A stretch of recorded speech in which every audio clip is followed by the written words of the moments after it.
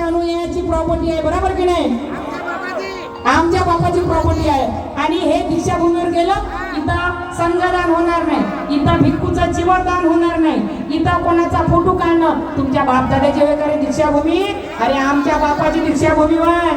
आमच्या बापाचे पाय लागले त्या दीक्षाभूमीला 1956 मध्ये, बरोबर की नाही? त्याच्यामुळं विचार करा तुम्ही.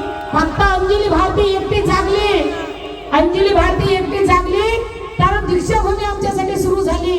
जर पूर्ण माझा समाज जागला, आईची शपथ मधुमादेची हिंमत होणार नाही आमच्यापासून काही हिसका नाही.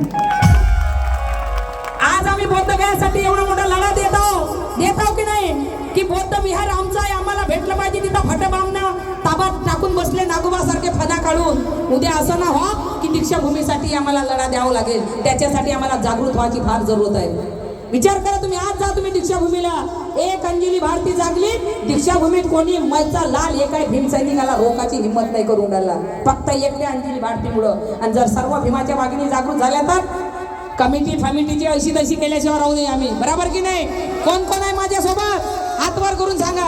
क्या बात आहे, बिलकुल.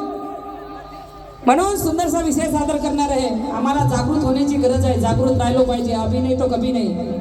जर आज आम्ही जागृत नाही झालो तर आमच्यावर फार वाईट दिवस आल्याशिवाय राहणार नाही. म्हणून आम्ही जागृत राहिलो पाहिजे. दीक्षाभूमी हमारा अधिकार आहे. कमिटी वाल्यांना अधिकार आम्ही दिला. दीक्षाभूमीची जे कमिटी आहे त्यांना आम्ही बसवलं, आणि ते कमिटीवाले आम्हाला सांगतील काय का तुम्ही इथं हे करू नका आणि तुम्ही तिथं हे करू नका.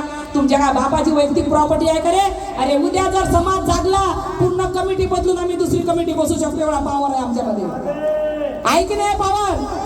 एवढा पॉवर आहे. सगळे सांगा हात वर करून, कोण आहे की नाही पॉवर? क्या बात आहे, आमच्या तो पॉवर आहे. म्हणून सुंदरसा विषय सादर करणारे लक्ष